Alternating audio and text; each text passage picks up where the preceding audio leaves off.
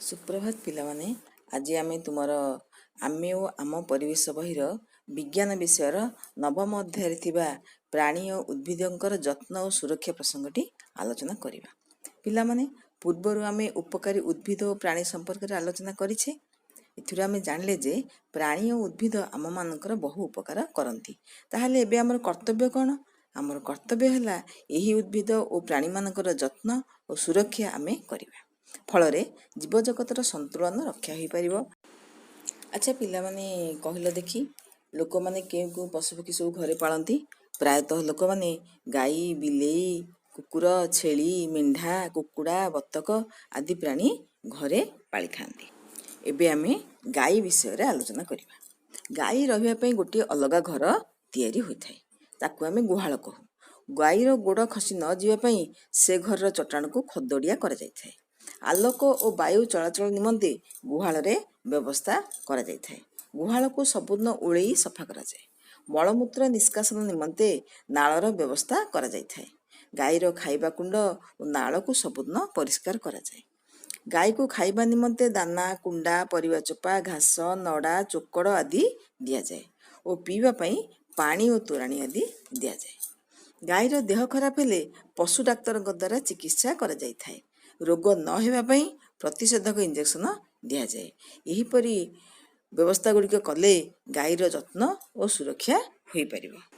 एबे आमे कुकुडार जत्न और सुरक्षा संबंध रे जानिबा।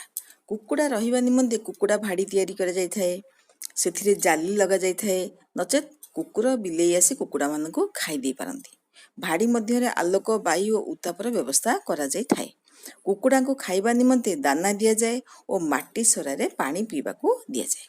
कुकुडा मानकु रोग न हेबा निमंते प्रतिषेधक दिया जाय थाए।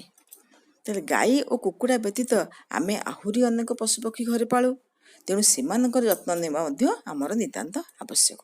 तेणु बुढ़ा होइथिबा बलद गाई छेली कुकुर को बिकी न देई सेमानकर विशेष जत्न नेबाको हेबो, कारण जीवन सारा सेमाने कार्यक्षम बेले आमर सेवा करिसेंती। तुमे नंदनकानन जाइथिबो, सेठारे सिंह भालू हाथी गाई हरिण ठेकुआ ओध कुंभीर जेब्रा मांकड़ जिराफ गंडा जलहस्ती और विभिन्न प्रकार चढ़ई मानक अलग अलग जगार स्वतंत्र घर कर रखा जाइछि देखिथिबो। सेमानकु यथा समय रे खाइबाकू दिया जाउछि और रोग हेले पशु डाक्तरଙ୍କ परामर्श अनुसार औषध दिया जाउछि। तेबे जीवजंतुଙ୍କର ଯତ୍ନ ନେବା ଆବଶ୍ୟକ କାହିଁକି? कारण प्राकृतिक परिवेश रे रहुथिबा प्राणी मानकर संख्या धीरे धीरे कमी जाउछि। सेमानकर जत्न ननेले सुरक्षा नदेले सेमानकर वंश लोप पाइजिवो। विभिन्न प्रकार गछलता और जीवजंतु को नहीं जंगल सृष्टि, सेथिरु कौनसी गोटिए जीव लोप पाइगले जंगल उपरे प्रभाव पड़िबो और जंगल ध्वंस पाइजिवो।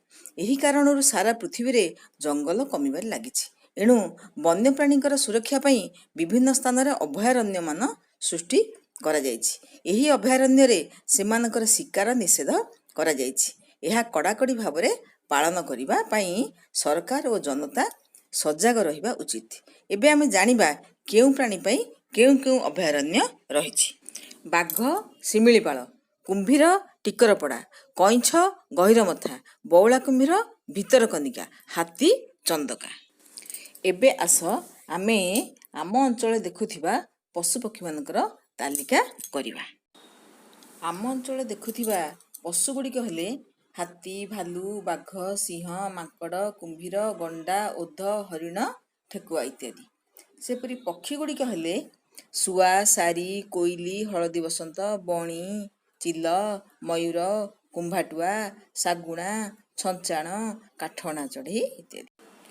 आम देशर जातीय पशु है बाघ और जातीय पक्षी है मयूर।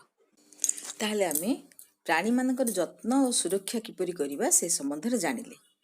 तुम पई काम हला तुमे विभिन्न पशुपक्षी मानकर छवि संग्रह करी सेमानकर नाम केउ राज्य और केउ देश रे देखा जांती ताहा लेखी गोटिए आल्बम प्रस्तुत करियो। तुमको बहुत बहुत धन्यवाद।